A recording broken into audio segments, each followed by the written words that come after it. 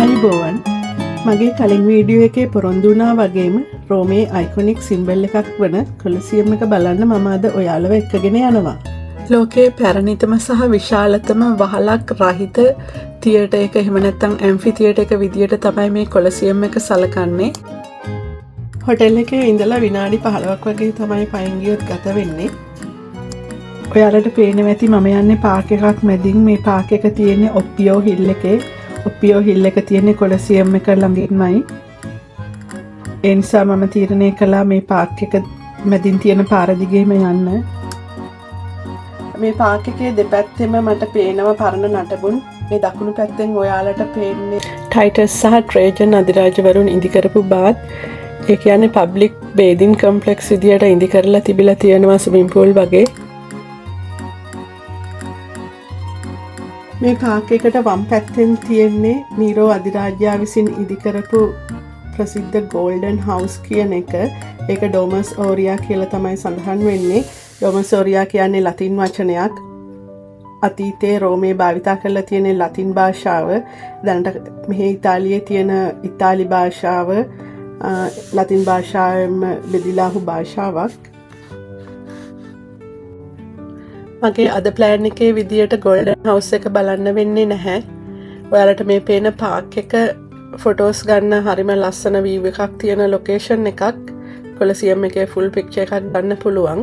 කොලොසියම් එක නිර්මාණය කරන්නේ වෙස්පාසියන් අධිරාජ්‍යයා වුණත් නීරෝ සහ නීරෝගේ ගෝල්ඩන් හවුස් එක ගැන කතා නොකර කොලොසියම් එක ගැන කතා කරන්න බෑ. ගෝල්ඩන් හවුස් එක ඉදිරියෙන් නීරෝ ආටිෆිෂල් ලේක් එකක් ඉදි කරා. ඒ ලේක් එකේ වතුර සම්පූර්ණයෙන්ම හිස් කරලා ඒ තිබුණු තැන තමයි කොලොසියම් එක හදලා තියෙන්නේ. කලාවට ලැබි සෙල්ලක්කාර පුද්ගලයෙක් වුණු නීරෝ අධිරාජ්‍යයා බවට පත් වෙන්නේ වයස 16 දී. ඔහු රෝමය ගිනි ගනිද්දිත් වීණා වාදනය කරමින් සිටි බව ඉතිහාසයේ කියවෙනවා. රෝමයේ ඇති වුණු විශාල ගින්නෙන් පස්සේ සියලුම බිල්ඩින් විනාශ වුණාට පස්සේ මේ නීරෝ තමන් වෙනුවෙන් ලොකු මාලිගයක් ඉදි කර ගන්නවා. ගෝල්ඩන් හවුස් කියන්නේ ඒක. ඒ මාලිගයේ ඉදිරිපිට නීරෝගේ පිළිරුවක් නිර්මාණය කරනවා අඩි 98ක් 120ක් පමණ උස. මේ පිළිරුව හැඳින්වුනේ කොලෝසස් නීරෝනිස් කියලා. කොහොම වුණත් දිනෙන් දිනම නීරෝගේ කීර්තිය පිරිහෙන්න පටන් ගත්තා. සෙනට් මණ්ඩලය විසින් නීරෝ අධිරාජ්‍යයේ සතුරෙක් විදියට නම් කරනු ලැබුවා. මෙයින් බියටපත් වුණු නීරෝ සියදිවි නසා ගත්තා. නීරෝගේ මරණයෙන් අවුරුද්දකට පස්සේ වෙස්පාසියන් එම්පරර් බවට පත් වෙනවා. ඔහුගේ අදහසක් අනුව තමයි ඇම්ෆි තියටර් එක නිර්මාණය වන්නේ. ඇම්ෆි තියටර් එක සම්පූර්ණයෙන්ම නිම කරන්න අවුරුදු 10ක් ගත වෙනවා. ඒ නිම කරන්නට කලින් වෙස්පාසියන් මිය යනවා. ඔහුගේ පුතා වන ටයිටස් සහ ඉන්පසුව ඩොමීටියන් ටයිටස්ගේ බාල සහෝදරයා තමයි සම්පූර්ණයෙන්ම වැඩ නිම කරන්නේ. වෙස්පාසියන් අයිති වන්නේ ෆ්ලාවියන් පෙළපතට. එම නිසා මේ ඇම්ෆි තියටර් එක ෆ්ලාවියන් ඇම්ෆි තියටර් විදියට නම් කරා. පසු කාලයකදී නීරෝගේ පිළිරුව මේ ඇම්ෆි තියටර් එක ආසන්නයට ගෙනවිත් සවි කර තිබෙනවා. කාලයත් සමග නීරෝගේ පිළිරුව විනාශ වී ගියත් එය හැඳින්වුණු කොලොසස් නමට අනුව මෙම ඇම්ෆි තියටර් එක කොලොසියෝ නමින් හඳුන්වන්න පටන් ගත්තා. ඔයාලට මේ පේන පාරට පහළින් තමයි කොලොසියම් එක තියෙන්නේ. පේනවා ඇති මේ ටුවරිස්ලා කොලොසියම් එකේ view එකත් එක්ක ෆොටෝස් ගන්නවා. ඉස්සරහින් පේන රෝස පාට බිල්ඩින් එක ළඟ තමයි මෙට්‍රෝ ස්ටේෂන් එක තියෙන්නේ. ඔයාලා රෝම ටර්මිනල් එකේ ඉඳලා එනවනම් මේ ස්ටේෂන් එකෙන් බහින්න පුළුවන්.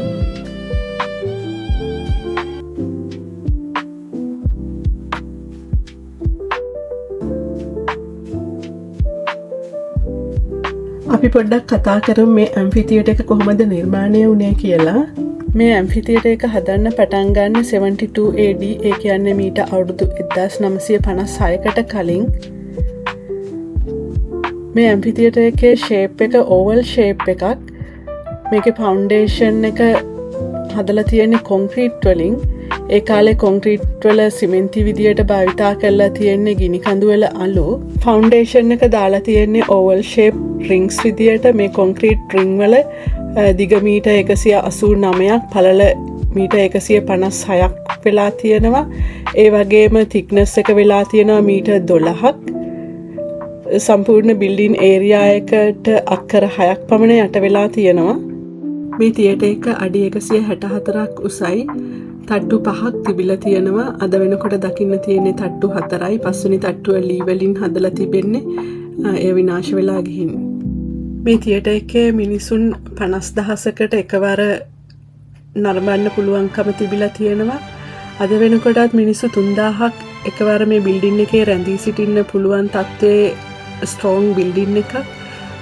මීට අවුරුදු 2000කට කලින් හදපු බිල්ඩින් එකක් අද වෙනකොටත් මේ තරම් ස්ට්‍රෝං තත්ත්වයේ තියාගන්න පුළුවන් විදියට එයාලගේ ආකිටෙක්චර් එක, එයාලගේ ඉංජිනේරු දැනුම කොයිතරම් මට්ටමක තිබුණද කියන එක පුදුමයට කාරණයක්. මම දැන් මේ එන්ට්‍රන්ස් එකට ඇවිදගෙන යන්නේ. ටිකට් එකේ සඳහන් වෙලාවට වඩා කලින් එයාලා ඇතුළට ගන්නෙ නැහැ. විනාඩි 15කට වගේ කලින් නම් ඇතුළට ගන්නවා. බිල්ඩින් එක ඇතුලේ කැපැසිටි එකත් එක්ක තමයි එයාලා ප්ලෑන් කරලා ටිකට් ඉෂුව කරලා තියෙන්නේ. ඒ නිසා ගොඩක් කලින් ගියාට වැඩක් වෙන්නේ නැහැ. ඔයාලට මේ ඉදිරියෙන් පේන සිකියුරිටි චෙක් පොයින්ට් එක එතන ටික වෙලාවක් ගත වෙනවා.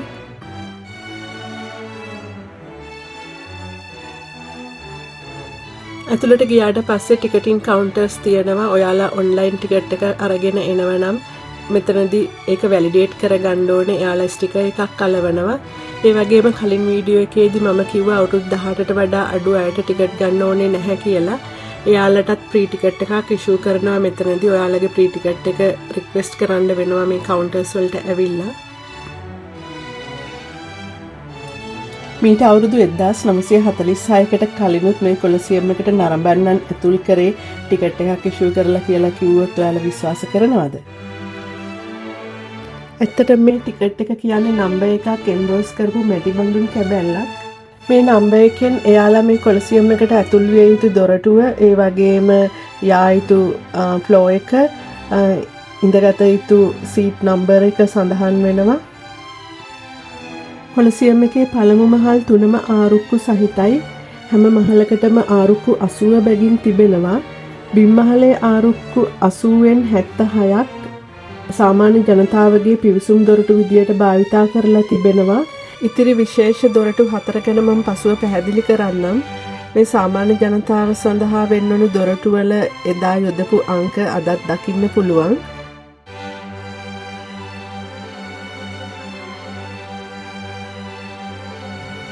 දෙවෙනි සහ තුන්වෙනි මහල් වල ආරුක්කු වලට යටින් මේ වගේ ස්ටැචුස් තිබිලා තියෙනවා. මේ අද ඉතුරු වෙලා තිබෙන කීපයක්. කොලොසියම් එකේ ආකිටෙක්චර් එක හරිම ලස්සනයි.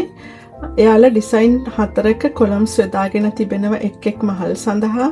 ෆස්ට් ෆ්ලෝර් එකේ කියන්නේ ග්‍රවුන්ඩ් ෆ්ලෝර් එකේ එයාලා යොදාගෙන තියෙන ඩොරික් සහ ටස්කන් කියන ඩිසයින් එක.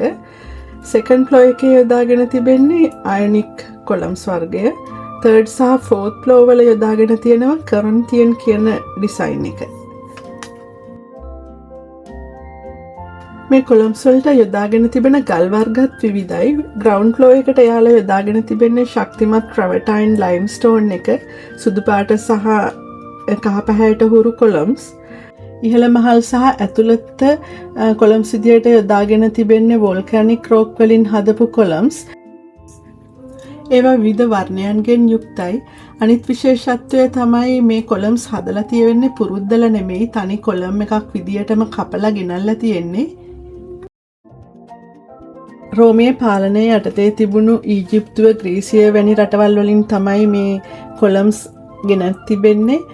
නැව් වලින් ගෙනවිත් ඉන්පසුව ගවයන් යෙදූ කරත්ත වලින් කොලොසියම් එක හදන ස්ථානයට ගෙනවිත් තිබෙනවා.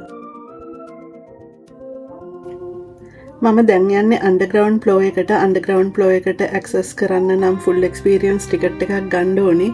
මම ඒක කලින් ඔයාලට පැහැදිලි කළා. මේ ඇම්ෆිතියට එක වෙනත් තියටර්ස් වගේ ඩ්‍රාමා, මියුසික්, ඩාන්ස් තියෙන එකක් නෙමෙයි. මේකේ තිබිලා තියෙන්නේ ග්ලැඩියේටර් ෆයිට්ස්. ඒ කියන්නේ පුහුණු සටන්කරුවන් මරණාන්තය දක්වාම සටන් කරනවා. ඒ වගේම ඇනිමල් හන්ටින්. මේ තියෙන්නේ ග්ලැඩියේටර්ස්ලා භාවිතා කරන ලද හෙල්මට් සහ ඇඳුම්වල කොටස්. ග්ලැඩියේටර් ෆයිට්ස් කොලොසියම් එක ආරම්භ කරන්න පෙර සිටම රෝමයේ පැවති තරඟ ක්‍රමයක්. එයාලව පුහුණු කරන පාසල් තිබිලා තියෙනවා. කොලොසියම් එක ආසන්නයේත් එවැනි තැනක දැනට කැණීම් කරගෙන යනවා. ඒ පුහුණු පාසලේ සිට කොලසියම් එක ඇතුළට එන්න උමන් මාර්ගයක් තිබිලා තියෙනවා. මම යන වෙලාව වෙනකොට ඒ සොයාගෙන තිබිලා නැහැ. දැනට ඒ සොයාගෙන තිබෙනවා කියලා මම වාර්තාවක දැක්කා. දක්ෂ ග්ලැඩියේටර් කෙනෙක් සෙලිබ්‍රිටි තත්වයෙන් තමයි සලකලා තිබෙන්නේ. ඒ වගේම එයාලට ස්පොන්සර්ස්ලාත් ඉඳලා තිබෙනවා. සටනකදී ග්ලැඩියේටර් කෙනෙක් පරාජයට පත් වෙනවා නම් ඒ කියන්නේ ඔහුට මිය යන්න සිද්ධ වෙනවා. එවැනි අවස්ථාවකදී ස්පොන්සර් කෙනෙක් සිටිනවා නම් ග්ලැඩියේටර්ට ඔහු සටන නවත්වන ලෙස ඉල්ලනවා. එහෙම නැත්නම් නරඹන්නන් විසින් ඉල්ලනවා. එවැනි අවස්ථාවකදී එම්පරර් විසින් සටන නවත්වන්නට තීරණය කළොත් ඔහුට තවදුරටත් ජීවත් වන්න අවස්ථාව ලැබෙනවා. ග්ලැඩියේටර් කෙනෙක් සටනකින් මිය ගියොත් ඔවුන් වෙනුවෙන් විශේෂ සොහොන්කොත් නිර්මාණය කරනවා. මේ තිබෙන්නේ ඒ වගේ සොහොන්කොතක්. මේ ග්ලැඩියේටර්ස්ලා සටන් කරන්න භාවිතා කරන ක්‍රම අනුව එයාලව වර්ග කීපයකට වෙන් කරලා තිබෙනවා. ඒ වගේම එයාලේ සටන්වලදී අඳින ඇඳුමත් වෙනස්.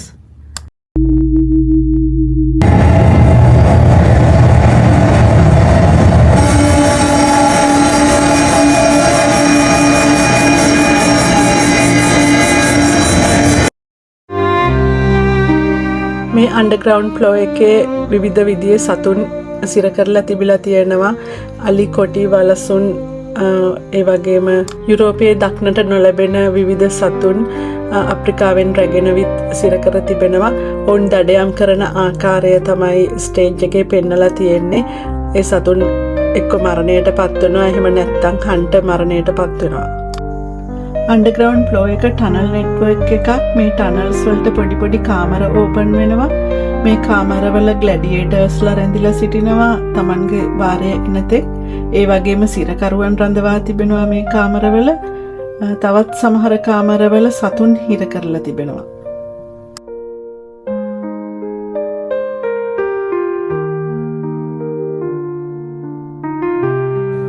ලෝකෙ තිබුණ ලොකුම බෑක් ස්ටේජ් එක කොලසියම් එකේ අන්ඩර්ග්‍රවුන්ඩ් එක කියලා කියන්න පුළුවන්. කොලසියම් එකේ අන්ඩර්ග්‍රවුන්ඩ් එකේ ඉඳලා ඇරීනා ෆ්ලෝ එකට එන්ට්‍රන්ස් 80ක් තිබිලා තියෙනවා. එයින් 28ක් සතුන්ව ඉහළට ගෙනියන එලිවේටර්ස් විදියට තමයි පාවිච්චි කරලා තියෙන්නේ. මේ තියෙන්නේ ඒ විදියට හදපු මොඩල් එකක්. මේ මැනුවල් එලිවේටර් එකක් ක්‍රියාත්මක කරන්න මිනිසුන් 8 දෙනෙක් පමණ අවශ්‍ය වෙලා තිබෙනවා. ඒ කියන්නේ 224 දෙනෙක් මේ එලිවේටර්ස් ක්‍රියා කරවන්න යොදාගෙන තිබෙනවා. එලිවේටර් එක ඉහළට එසවුවාට පස්සේ ඇරීනා ෆ්ලෝ එක ආසන්නයේදී ඒක රෑම්ප් එකක් විදියට ඕපන් වෙනවා. එතකොට සතුන් ඇරීනා ෆ්ලෝ එකට ඒ රෑම්ප් එක දිගේ ගමන් කරනවා.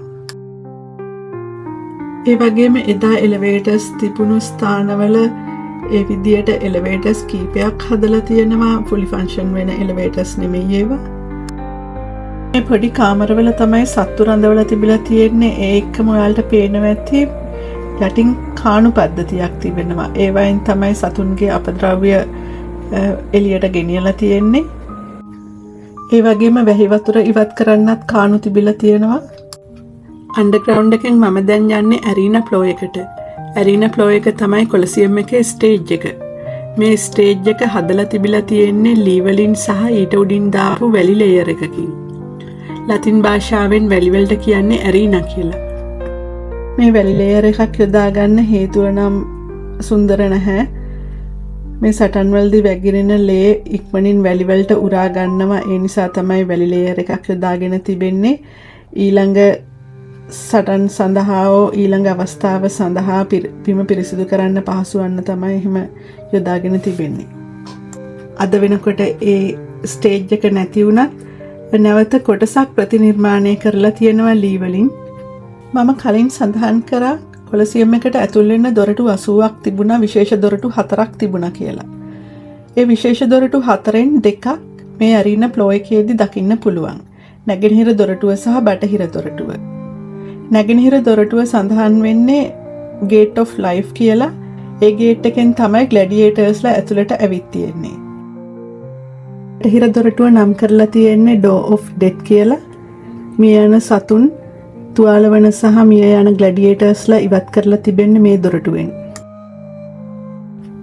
දකුණු දොරටුව වෙන් කරලා තිබිලා තියෙන්නේ අධිරාජ්‍යයා වෙනුවෙන්. ඔහු කෙලින්ම ඔහුට වෙන් කරලා තියෙන පෝඩියම් එකට ඇවිත් ඉඳ ගන්න පුළුවන් ඒ දොරටුවෙන්.